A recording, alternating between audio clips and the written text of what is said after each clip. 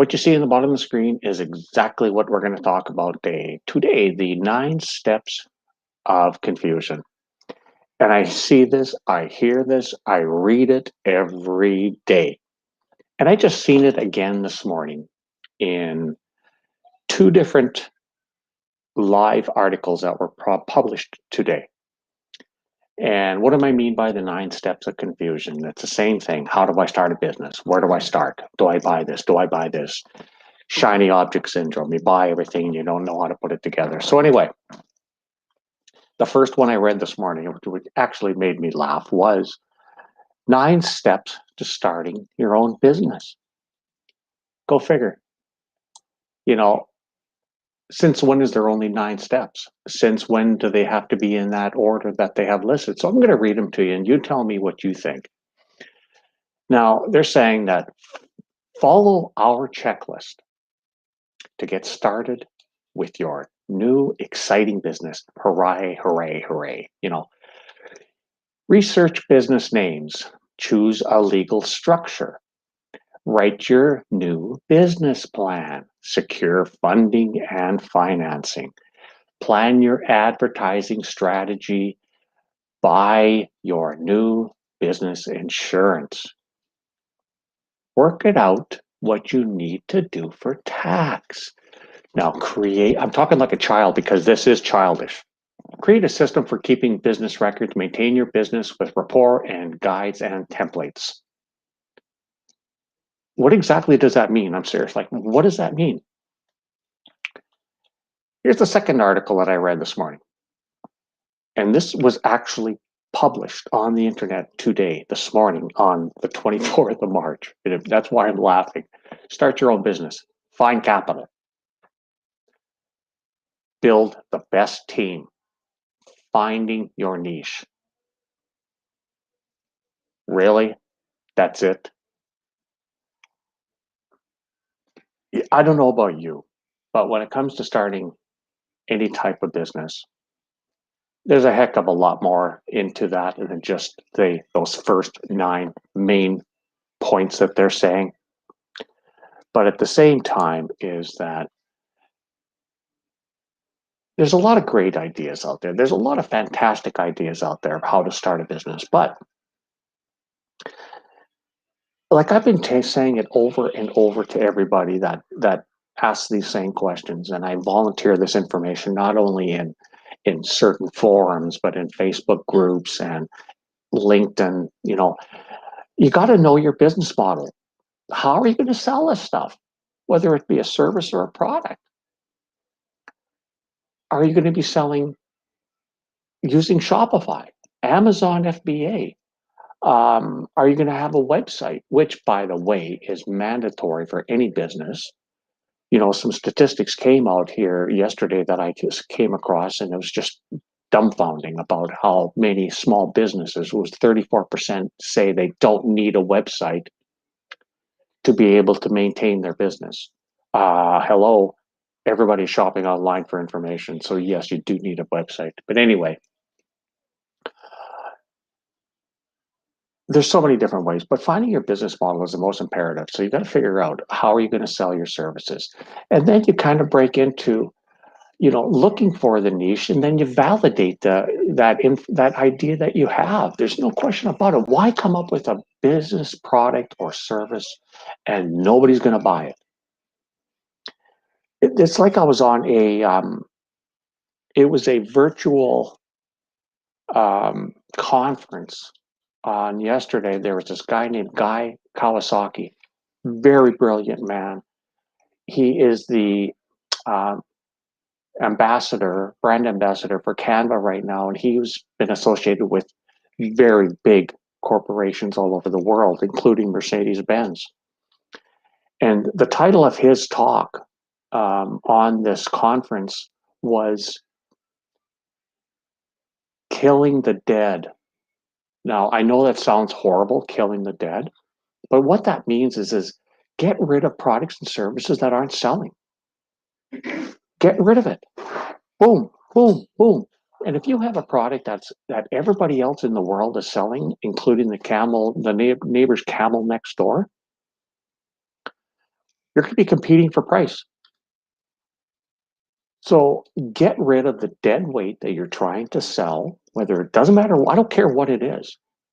You got to make your product or service unique compared to your competitors, and then you charge the maximum price.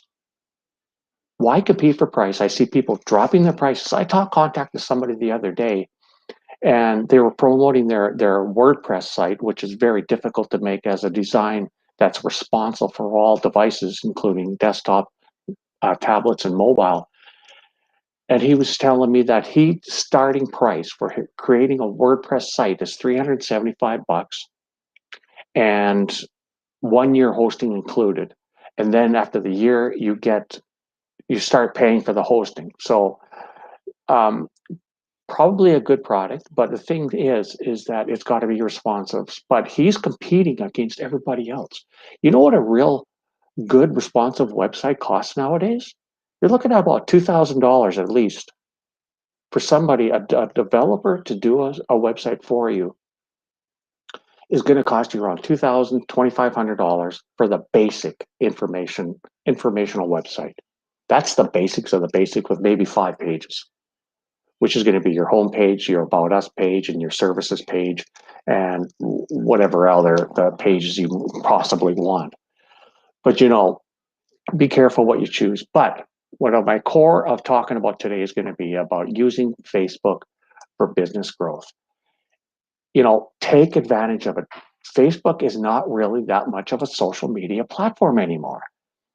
And, you got to realize that taking advantage of Facebook as a business platform for your business growth is imperative today. So the problem is that many business owners, they don't see the potential for the business purposes on Facebook. I'm going to give you a few tips about how to go about this. Is that you got to create a business presence on Facebook. How do you do that? First thing you're going to do is create a business page. You're also going to be posting.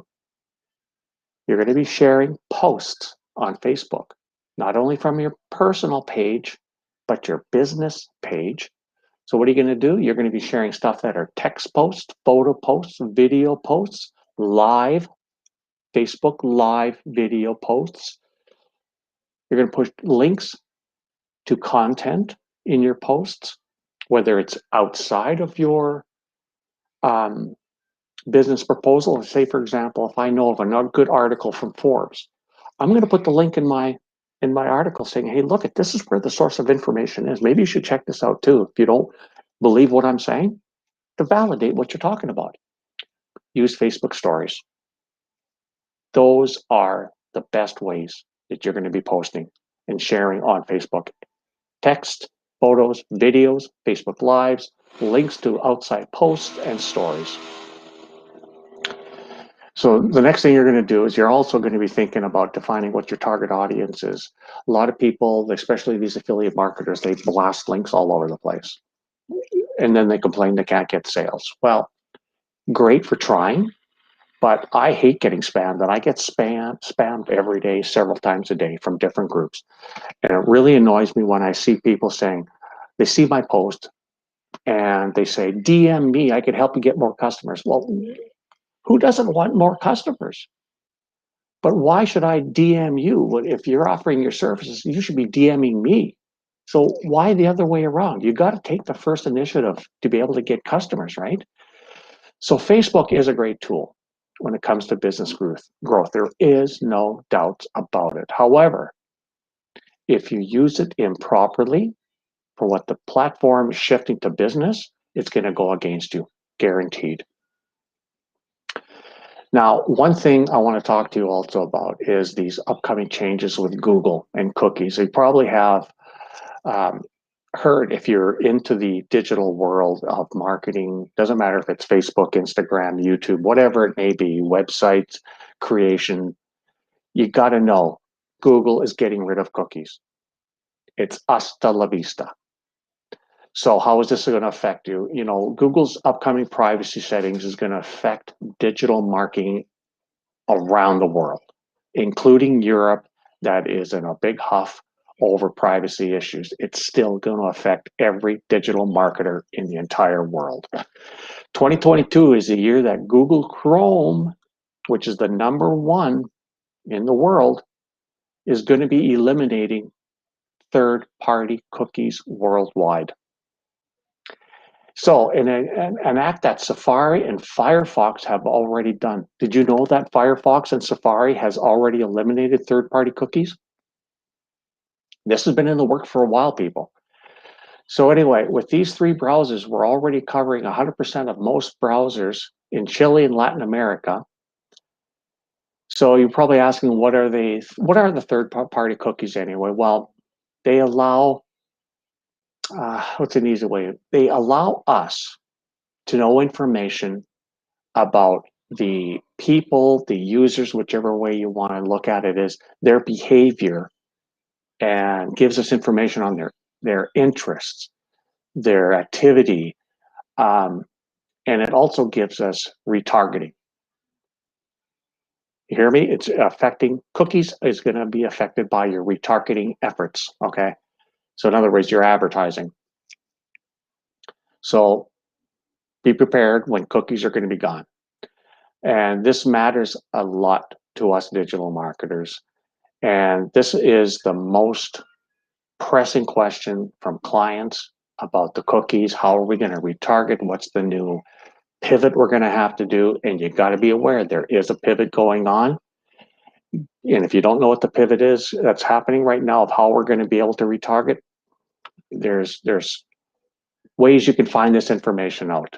It's not rocket science, because most of the stuff that we do as marketers is based on the cookies.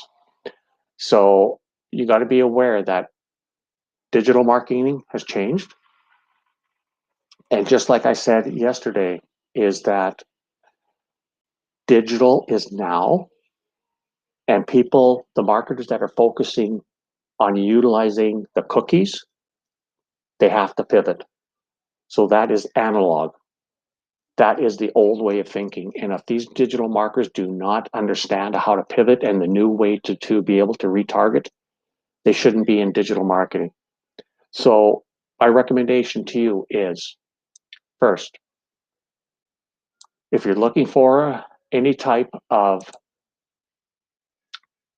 marketing to be done, and if you have a current digital marketer working for you, ask them what their pivot is going to be when cookies are removed in 2022. This is my digital marketing agency. You can actually contact me here through email, and you can also get in contact with me on here. And also you can find me on Facebook. If you go to this business page, there's a lot of great information out there. So anyway, my point being is that if you currently do have a digital marketing company in place that's doing all your marketing for you, and they're not cheap, I know, ask them how they're going to pivot when the cookies are removed. How are they going to pivot? How are they going to retarget for you?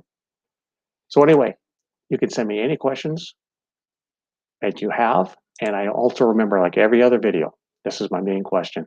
And I want you to make me a video, and I want you to email it to me to tell me what your biggest #1 problem is right now. And I'm going to give you a free book. I will snail mail it to you. My book about either start a business or bleed to death working for an employer. Because let's face it, there's no such thing as promotions anymore or pay raises. We're stuck in a world where there's nothing and nothing and nothing happening for the employees.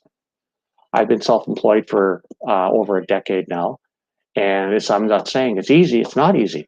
No business is easy. There's no way to fast bucks. Seriously. I don't know why these people seem to think that, you go online, open a business with no incorporated or LL limited liability, or you like in the US, it's LLCs. In Canada, it's LTDs. You're leaving yourself wide open. That's why it's imperative you have your legal entity set up properly. So anyway, my name is Robert Miller with Digital. How do I really say it? I'm a digital marketing agency, okay? My company's called Pivot Up Digital, and we'll talk to you soon.